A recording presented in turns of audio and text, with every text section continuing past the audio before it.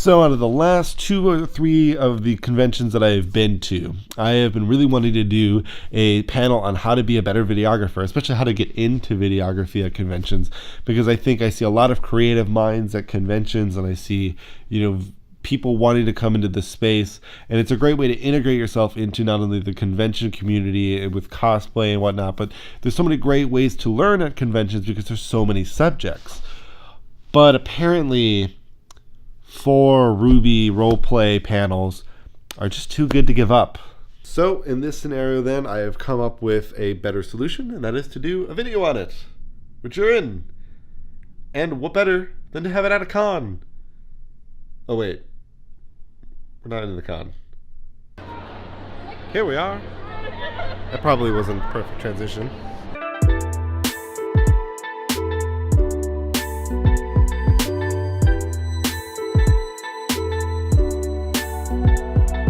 You want to get into convention videography, something that has been near and dear to my heart for the last few years and something I've thoroughly enjoyed doing.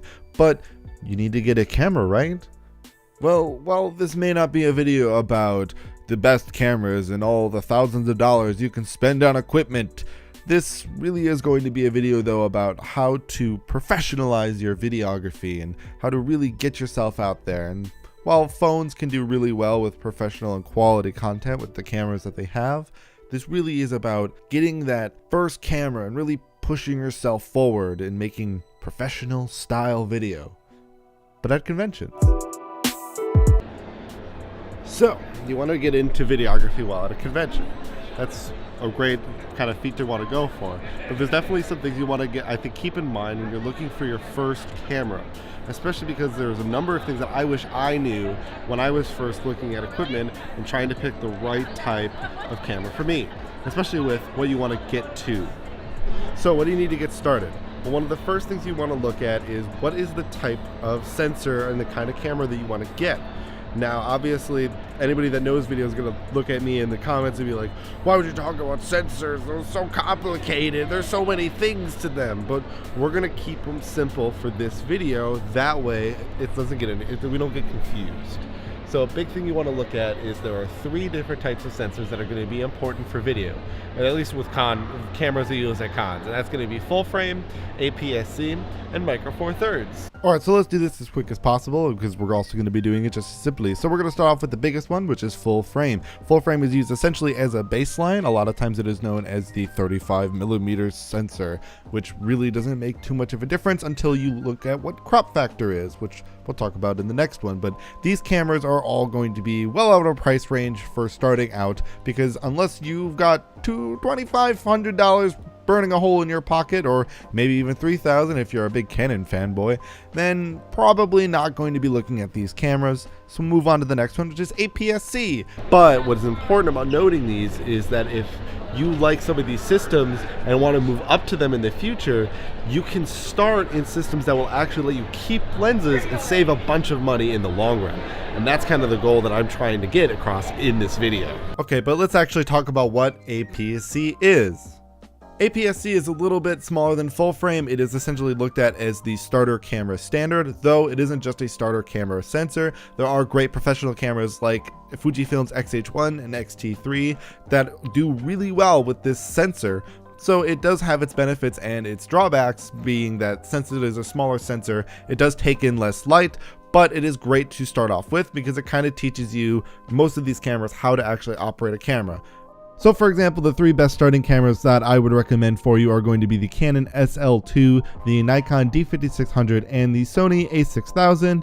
If you got a little bit of that money to spend, I definitely could recommend things like the Canon 80D and the Sony A6300 because they're just a little bit higher end, but especially trying to keep under that $1,000 price bracket, I would say with every one of these cameras, you will be able to learn everything that you need to know and have good professional tools to make the shots that you want and make them good. However, very important note to make about any sensor that is smaller than full frame is that it has something called crop factor.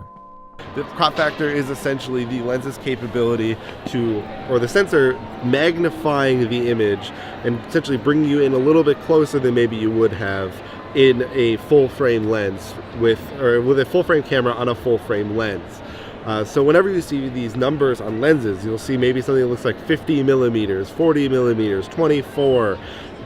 These are measured for full frame cameras, not APS-C or micro four thirds, which we'll talk about in a second. But APS-C is a lot of times used in starter cameras, but isn't a sensor that it means that it's less professional. It just means that it doesn't take in light as well, because the bigger the sensor, the more light that can be shown in on it and be able to processed by the camera. So the final sensor then that is good to look at is micro four thirds, and this is actually something that you can look at to both upgrade to and start with.